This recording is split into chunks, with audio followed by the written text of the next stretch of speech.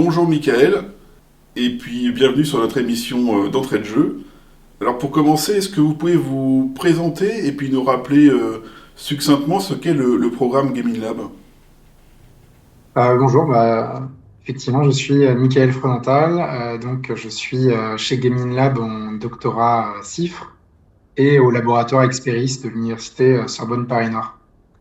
Et concernant Gaming Lab, alors il y a eu un précédent épisode qui en a parlé, donc je vous renverrai vers ça pour plus d'informations. Mais globalement, pour le dire à ma façon, le but de Gaming Lab, c'est de soutenir la production de connaissances sur le jeu de société de manière interdisciplinaire, donc toute discipline académique confondue, et participative, c'est-à-dire qu'on essaye également d'échanger avec les personnes qui pratiquent le jeu de société en particulier. Et c'est aussi un autre but aussi, c'est de créer des dialogues en fait, des ponts et voilà, des ponts entre les organisations et les individus. Et moi, je peux un peu développer en fait ce qu'on fait à Gaming Lab plus concrètement pour ça, pour créer des ponts et pour soutenir la production. C'est qu'on organise notamment un cycle de conférences avec des partenariats avec différentes organisations universitaires ou non sur toute l'année. Donc on en reparle à la fin de cette interview, je pense. Mais voilà, on fait un apport opérationnel et financier sur plusieurs événements sur toute l'année qui ont une cohérence globale et qui visent à vraiment faire une sorte de revue de littérature d'un sujet sur toute l'année, d'une part. Donc ça, c'est les cycles de conférences. On a un symposium qui est généralement en fin d'année, où on essaie de rassembler un petit peu toutes les personnes de notre réseau pour qu'elles échangent, pour qu'elles présentent ce qu'elles font. On a des bourses de recherche qui vont jusqu'à 15 000 euros pour des projets sur une année. Et les projets, on va les accompagner, on va pas juste les financer. Et puis on a, de manière plus générale, en fait, on a énormément d'échanges informels, de mise en relation, de conseils. Il y a des gens qui nous envoient leurs recherches juste pour avoir notre avis, et on les met en relation avec quelqu'un qu'on connaît qui s'y connaît. Voilà, le but, c'est vraiment très sincèrement d'encourager la production de connaissances et voilà, de créer du lien. Parfois, on manque un peu de ce lien-là dans la recherche, donc c'est assez utile. Et moi, personnellement, mon travail chez Gaming Lab, c'est surtout sur le cycle de conférences et l'accompagnement des chercheurs et chercheuses boursières.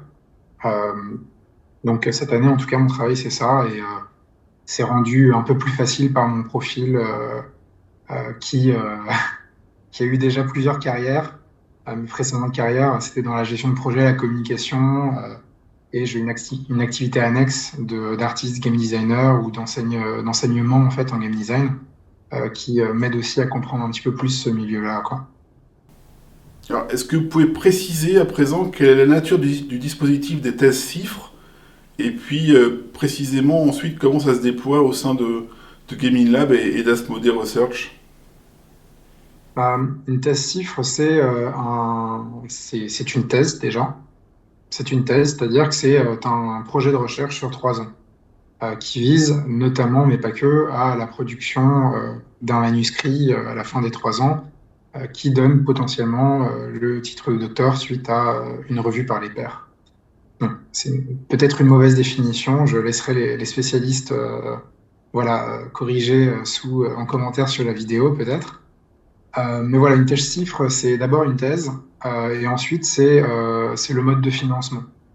Le mode de financement, c'est un partenariat entre une entreprise qui a intérêt à valoriser en fait et à encourager un type de recherche et l'État qui va encourager ce partenariat entre une entreprise et un laboratoire de recherche universitaire.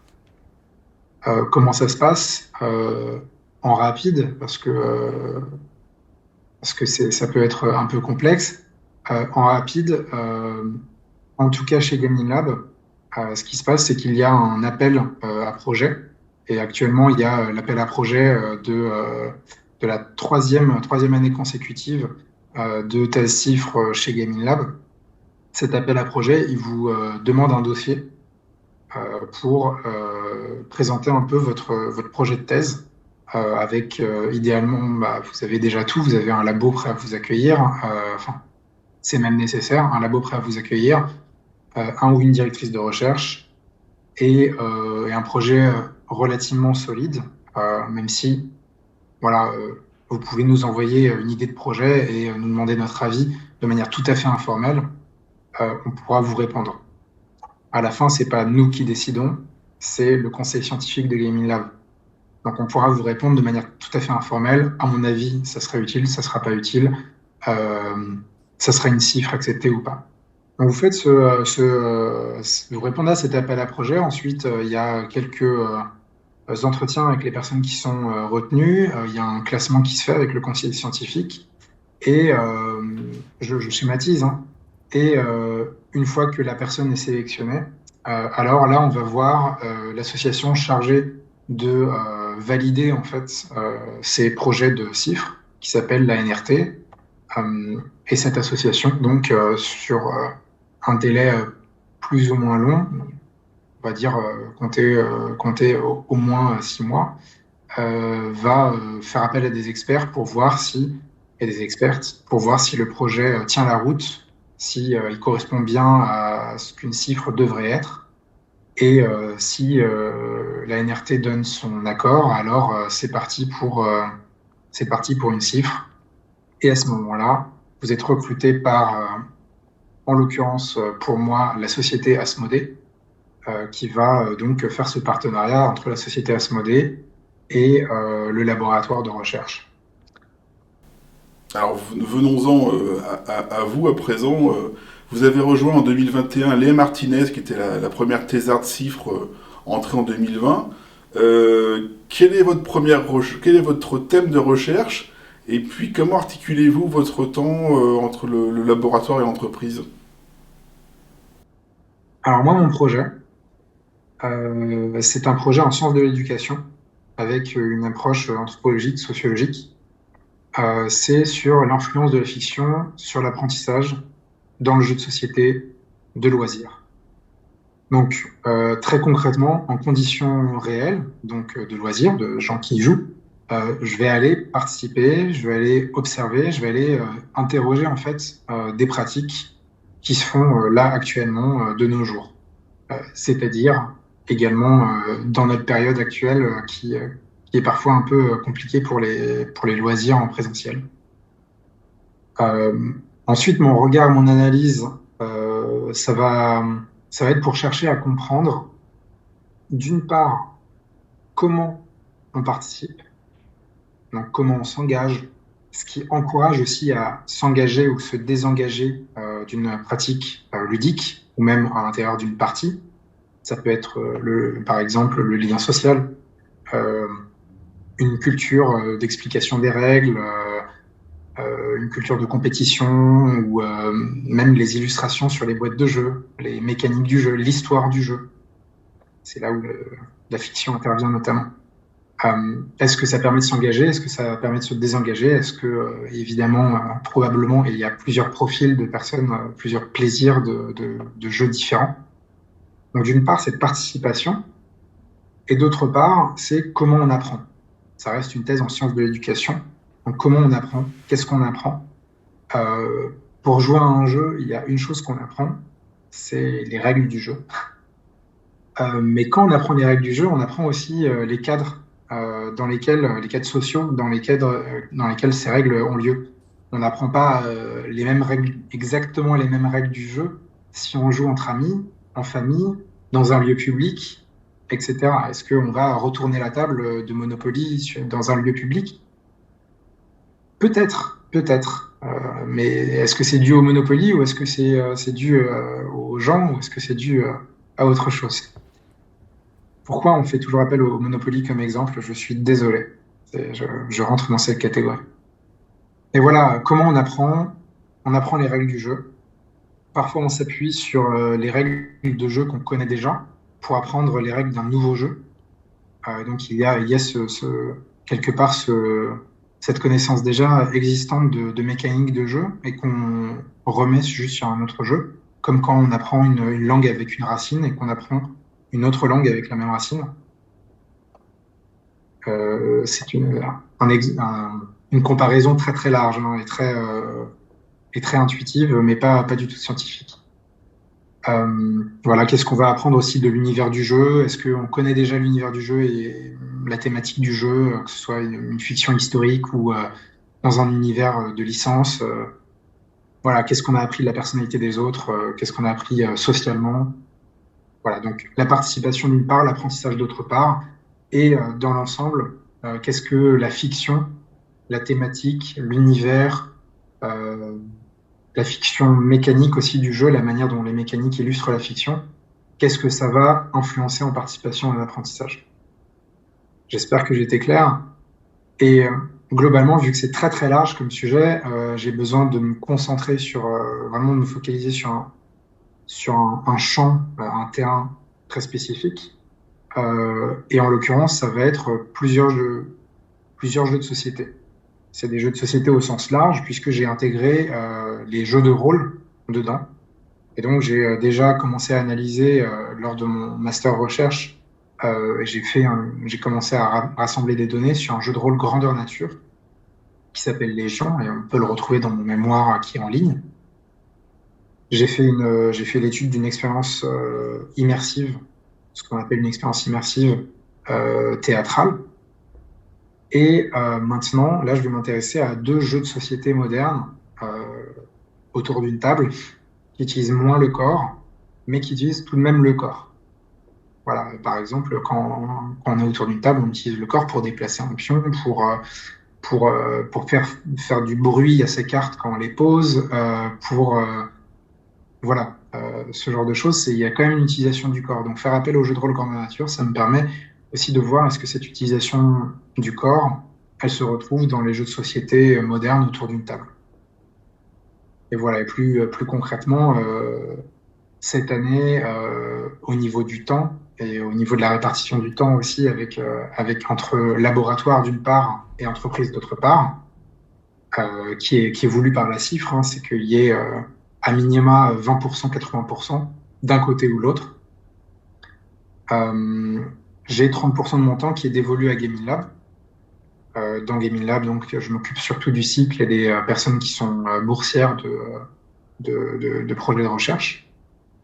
Et du côté laboratoire, je passe mon temps actuellement à lire énormément de livres, à collecter des données, donc à aller sur des parties, aller faire des participations, des observations, des entretiens, et, euh, et à participer à la vie de mon laboratoire, hein, ce qui fait partie de n'importe quelle thèse, quoi. Et passer du laboratoire à l'entreprise, je vais être honnête, ça fait un peu plus de 2 mois que ma thèse a commencé et j'arrive à trouver un rythme maintenant. Mais ce n'est pas évident. Voilà, je suis parfaitement honnête là-dessus. Ce n'est pas évident. Je pense que c'est plus évident potentiellement que de passer de donner des cours à de la recherche. Pour avoir donné des cours pendant un petit moment, je sais que c'est difficile. Là, c'est plus facile pour moi parce que je connais déjà la vie d'entreprise. Mais voilà, passer du laboratoire à l'entreprise, c'est pas évident. Et j'ai la chance d'avoir deux équipes qui sont vraiment bienveillantes et compréhensives, qui m'encouragent juste à trouver mon organisation du temps et qui sont prêtes à s'adapter. Et ça, je dois dire que c'est au niveau humain en fait que ça se passe le plus, quoi. Merci pour toutes ces précisions. L'année s'annonce très riche pour Gaming Lab, d'ores et déjà. Quels sont les appels, les événements scientifiques auxquels faut-il s'attendre dans les mois, les semaines qui viennent? Eh bien, ça tombe bien puisque là, on vient d'annoncer l'ouverture du cycle de conférences Gaming Lab 2022. On vient d'annoncer qu'il y avait 9 pays enfin, on faisait des événements dans 9 pays, et donc avec 9 partenaires différents. Euh, L'année dernière, c'était le premier cycle. On avait 7 partenaires, 7 pays différents, 10 événements, 9 événements peut-être. Et on a parlé surtout l'année dernière du jeu de rôle, qui est vraiment une pratique de niche, mais qui permettait vraiment de rassembler pas mal de réseaux internationaux autour d'un même objet, qui est le jeu de rôle. Cette année, le cycle Gaming Lab va porter sur un sujet un peu plus large, qui est la corporeality, en anglais, pardon, la corporalité, la matérialité, la physicalité du jeu. Ça veut dire la boîte de jeu, ça veut dire le matériel de jeu, ça veut dire le corps dans lequel on est, euh, votre corps selon sa forme, sa taille, les carnations de peau que vous avez, euh, vos différents attributs, on va dire. Vous n'allez pas forcément jouer au jeu de la même manière. Voilà, il y a déjà des recherches qui portent là-dessus. Toute cette notion en fait de physicalité vont être abordées à travers plusieurs conférences. Donc, on va avoir au moins une dizaine de conférences durant l'année. Euh, la première va être en lien avec la Semaine du cerveau en France, mi-mars, et va s'intéresser. Je vous renvoie vers notre compte Twitter où on met à jour le plus en direct possible les informations sur les prochains événements. Et voilà, le premier événement, c'est sur la semaine du cerveau. C'est au sujet de l'apprentissage par les échecs, le jeu d'échecs. On s'intéresse à un jeu classique pour une fois, mais aussi à travers la perspective des échecs comme un sport. Et donc, on invite des personnes qui font de la recherche sur le jeu comme sport à parler de ça. Voilà, ensuite, on a un événement italien fin avril, on a un événement anglais plus tard, puis américain, finlandais, japonais, coréen, brésilien et canadien sur des sujets aussi différents que le côté artistique des jeux, ce qu'apporte l'art. Donc c'est un petit peu ce que je fais en interrogeant la fiction dans les jeux de société. On va avoir des événements qui sont purement académiques, qui vont permettre de présenter des papiers en travaux à un comité de gens qui connaissent. Euh, Pas mal de choses qui viennent sur ce planning, et je vous invite donc à aller sur le site de Gaming Lab ou sur notre Twitter, et à ne pas hésiter à nous envoyer un mail si jamais vous avez quelque chose à nous dire sur ce sujet-là, ou si vous avez des choses à nous recommander, puisqu'on est toujours ouverte à ça. Et on a également un Discord sur lequel se passe pas mal de discussions pendant les cycles, sur lesquels on va vous inciter très fortement à nous rejoindre pour discuter. Voilà, pour résumer le cycle, c'est on va soutenir un partenaire par pays, et on va les accompagner. Et les partenaires, eux, proposent un sujet qui est en lien avec la thématique qu'on a proposée et qu'on a développée. Donc il y a ça qui arrive. Il y a aussi l'appel à projet, donc il y a l'appel à projet STIF. D'ailleurs, je me suis trompé de date, c'est bien au 31 mars et pas au 31 avril qu'il faut l'envoyer. Donc, n'hésitez pas à envoyer vraiment dès que possible. Et l'appel à projet de projet de recherche, c'est vraiment c'est destiné à l'international. Donc là où la cifre, c'est vraiment destiné à un public plutôt français, hein, donc des universités françaises. L'appel à projet pour des projets scientifiques sur le jeu de société, c'est ouvert à tout pays, et on a déjà une grande variété de pays, de personnes de pays différents qui nous ont rejoints et qui se réunissent chaque mois pour discuter un petit peu de leur projet. Donc, généralement, c'est jusqu'à 15 000 euros, mais ça varie selon le projet, selon leurs besoins. On regarde davantage le besoin du projet que est-ce qu'il a atteint cette fourchette-là. Et c'est sur le jeu de société au sens vraiment très large. Donc ça peut impliquer le jeu de rôle. Notre dernier projet accepté implique le jeu de rôle. Et ça peut être en particulier sur le jeu de société et l'éducation pour la jeunesse, puisqu'on a une partie de financement qui sont faits en partenariat avec la fondation d'entreprise Libellude. Et si vous avez d'autres sources de financement, c'est également apprécié. Si jamais on n'est pas la seule source de financement, il y a pas de souci avec ça. On cherche toujours à travailler avec de nouveaux et de nouvelles partenaires. Euh, voilà ce qu'il y a à dire. Et si l'appel à projet CIFRE c'est fini le 31 mars, parce qu'il faut le temps de recrutement ensuite, euh, pour un début de contrat en octobre, novembre. L'appel à projet de projet scientifique, il va ouvrir là prochainement et, euh, et pendant 3 mois, vous aurez environ 3 mois, je crois, pour proposer votre projet. Et à nouveau, les deux appels à projet sont sur le site de Gaming Lab, partie appel à projet. Et si jamais vous avez un doute, comme toujours, bah, vous pouvez nous contacter. Merci Michael. Écoutez, on vous souhaite bon courage pour votre thèse et merci pour cette interview. Et à bientôt sur d'entrée de jeu et sur le Corpus. Merci beaucoup et merci à Ludocorpus aussi de nous aider dans cette démarche.